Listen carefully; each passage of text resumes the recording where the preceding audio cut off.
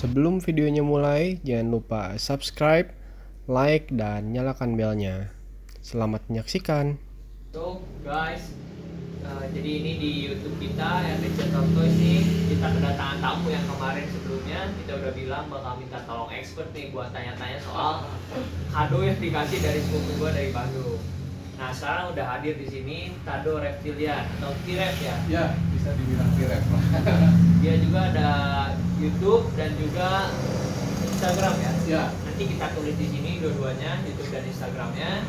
Dia nih expert di Tasikmalaya ini udah lebih lama main reptil lah. waduh, bisa aja nih Cuma bro. memang spesialisnya ini lebih ke ular berbisa ya bro? Ya, ular berbisa. Gue emang venomous keeper, Waduh. venomous snake keeper.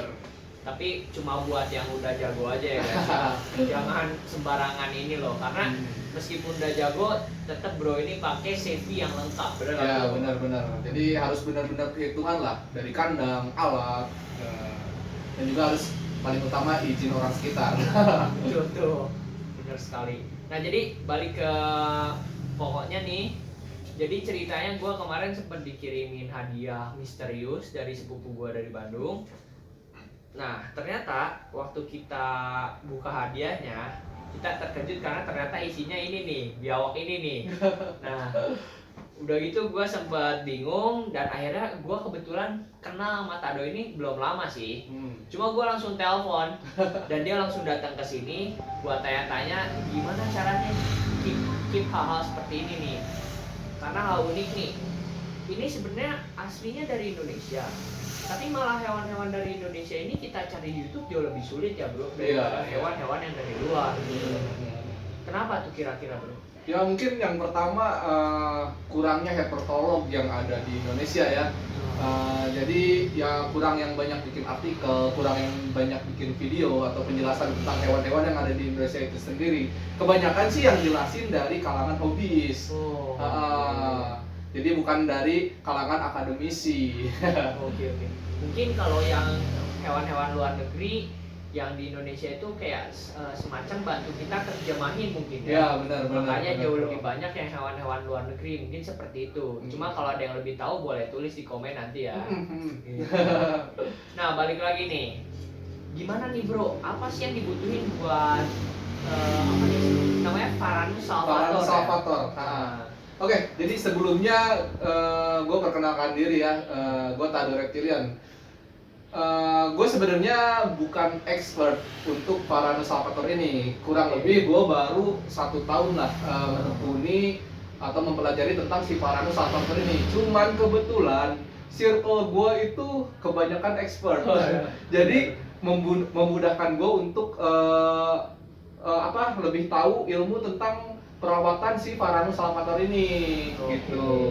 karena gitu kita sharing-sharing lah. Nah, ya. iya itu. Hobis tuh sharing-sharing jadi kita makin tahu apa. Ya yang itu dia. dibutuhin. Itu yang paling penting sebenarnya. Iya. Nah, jadi ini adalah Varanus salvator ya, atau Asian Water Monitor. Oke. Jadi biawak air. Nah bedanya nih bro, biawak air dan biawak pohon tuh dilihatnya dari apa nih? Dilihatnya dari habitatnya. Oh. Biasa kalau biawak pohon itu rata-rata arboreal, sedangkan untuk biawak air ya kebanyakan hidup di sekitaran air seperti sungai-sungai, Oke. kayak gitu. Bener ya bro, katanya kalau biawak air itu dilihat dari ekornya yang bentuknya segitiga ya.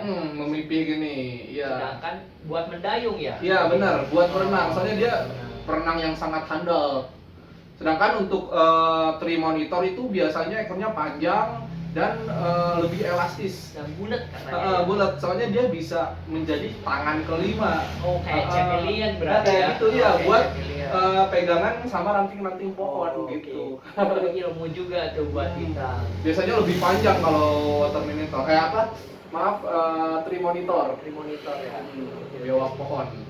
Nah ini care sheetnya apa aja nih bro yang dibutuhin? Yang pertama sih kalau untuk pelihara biawak ini ya, atau Varanus salvator, kita itu harus nyiapin kandangnya dulu bro. Untuk kandangnya sendiri kita memerlukan substrat yang memang bagus buat dia. Kalau rekomendasi dari gue sih gue pakai forest bark. Soalnya yang pertama aroma dari forest bark itu membuat si biawak lebih secure di dalam kandang. Oke. Dia bisa lebih tenang gitu karena hampir sama dengan alamnya lah. Kenapa forest bug dan bukan koko khas? Untuk forest bug sendiri pecahannya tuh lebih besar ya bro. Oke. Jadi lebih memudahkan dia untuk sembunyi karena biawak ini hewan pemalu. Hewan pemalu ya. Ya, terus kalau kokohaks itu kan terlalu kecil dan takutnya ketika kita feeding atau memberi makan, si kokohaksnya itu ikut kemakan sama biawaknya dan itu bisa mengakibatkan fatal, menyebabkan kematian dan gagal pencernaan, bro. Nah itu tuh yang penting, makanya kita mesti tanya dulu sama yang expert, karena kalau kita sembarangan, kita punya kokohas gara-gara adanya kokohas, kita kasih aja kokohas, padahal itu bukan pada fungsinya ya. Nah kebanyakan seperti itu, orang cari yang ada, bukan yang benar ya. Nah itu penting banget. Lanjut ya, kemudian untuk di settingan kandangnya sendiri, dia wajib punya tempat berendam. Soalnya kan dia water monitor ya, jadi emang dia doyan banget sama air. Tadi aja pas kita ambil dari kandangnya, dia lagi berendam. Dia bisa ngabisin mungkin setengah hari untuk berendam. Oke. Dia bisa, dia bahkan dia tidur aja terkadang di dalam air, bro. Tidurnya di air ya. Nah itu juga bagus juga tuh, kita mesti tahu ya. Jadi pentingnya air yang bukan cuma buat minum ya, tapi harus cukup buat berendam. Oke. Kemudian mungkin gue kasih info soal makanan dia. Ya, oke. Makanannya tuh apa bro yang bagus? Untuk yang bagus sendiri di alamnya biawak ini pure karnivora, jadi bener-bener pemakan daging. Jadi gue saranin sih makanan yang daging-dagingan gitu, seperti filet ayam bisa, bahkan kalau perlu kita kasih daging sapi. Cuma sih kalau untuk menaikkan warna nggak cuma hanya di Varanus ya, di ikan-ikan juga biasanya pakai udang. Udang katanya untuk menaikkan warna.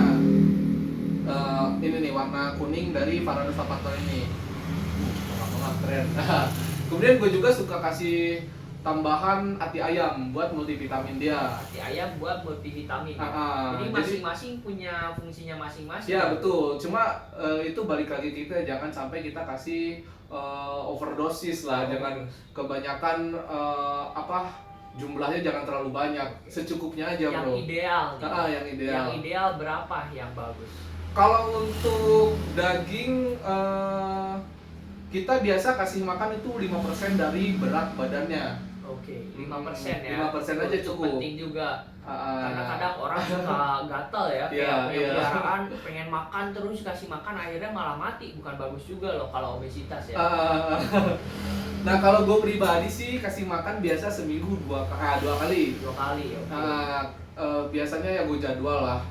Dan juga makanannya gue rolling, nggak itu terus. Gue biasanya kasih 3 jenis makanan. Yang pertama daging filet tadi, itu bisa daging ayam, bisa daging sapi, apapun itu. Kemudian ati ayam, dan yang ketiga itu mencit atau tikus putih yang kecil tuh bro. Mencit nih fungsinya apa bro? Sebenarnya mencit itu ada kandungan baik ya, ada proteinnya bagus, kalsium dari tulang-tulangnya juga kalsium kan. juga penting. Itu kalsium penting banget buat Varanus lavator.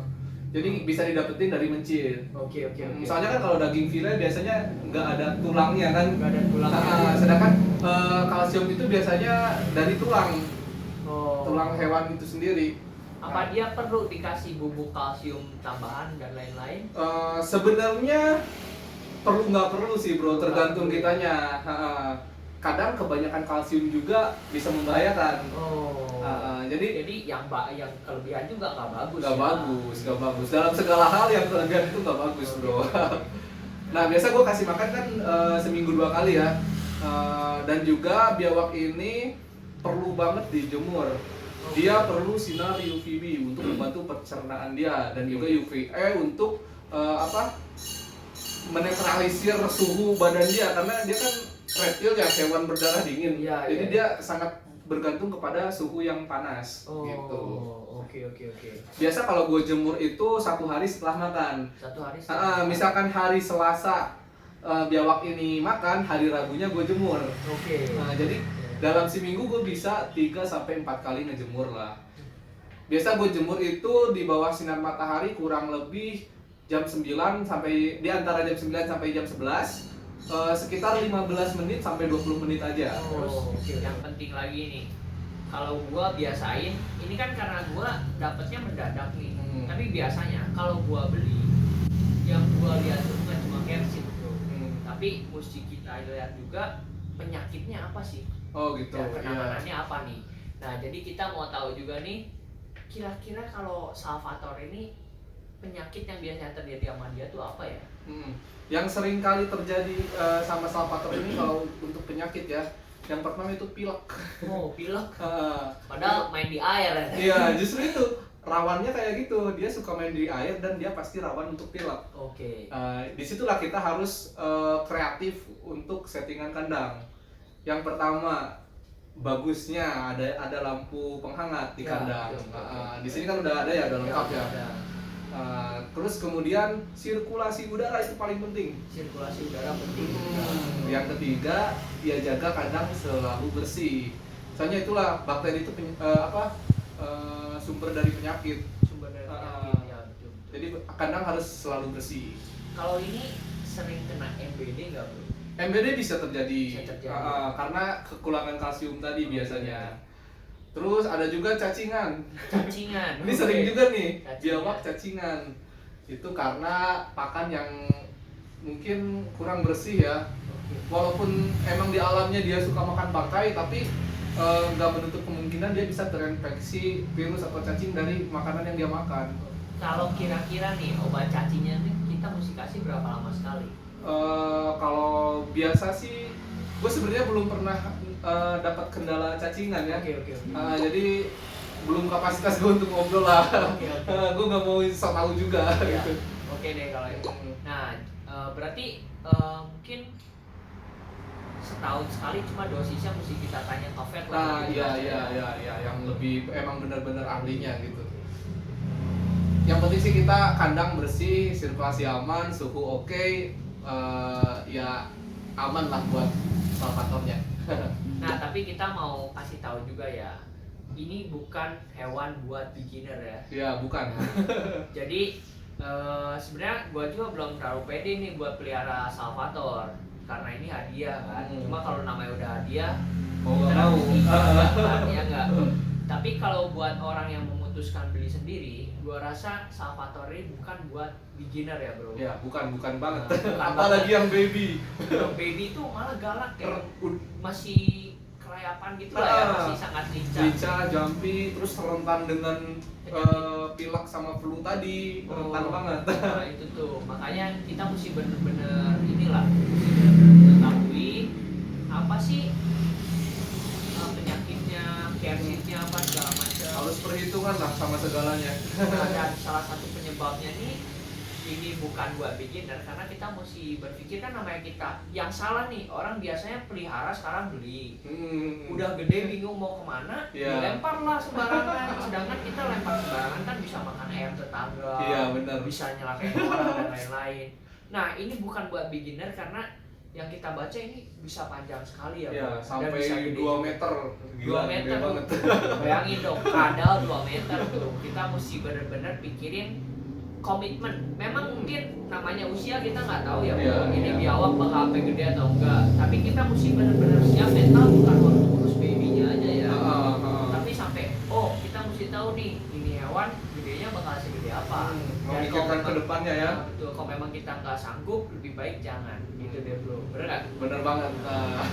Paling itu aja nih, banyak banget ilmu yang kita memang kita bukan expert ya bro. Iya. Ini juga kita semacam sesama penghobi aja yang Sharing lah. Cuma kalau kalian tahu apa yang lebih bagus atau ada yang salah, boleh dikoreksi ya bro. Iya, tambahkan di kolom komentar. Di kolom komentar biar kita sama-sama belajar, bener nggak bro? Paling itu aja ya sekarang. Thank you nih, kita bakal collab selanjutnya, mungkin bakal main juga ke tempatnya Tado nih. Harus wajib. Wajib. Kita lihat nih koleksi ularnya, sampai ada yang Panji aja beli paksa karena saking bagusnya tuh. Wah, makanya kita yang sama-sama di sini mesti lihat nih apa aja sih koleksinya dia. Nanti pasti kita gerebek dan kita post di YouTube kita, oke? Stay tune terus, jangan lupa subscribe YouTube gua, Hexaworld, dan juga YouTube-nya Tado. Tado Reptilian. Oke, nanti kita tulis di kolom deskripsi dan juga tulis di bawah ini ya kalau kalian mau subscribe. Jangan lupa komen, like, share, juga ya pokoknya dukunglah kita yang terbaik di mana. Ya. Oke, thank you. Bye. Bye.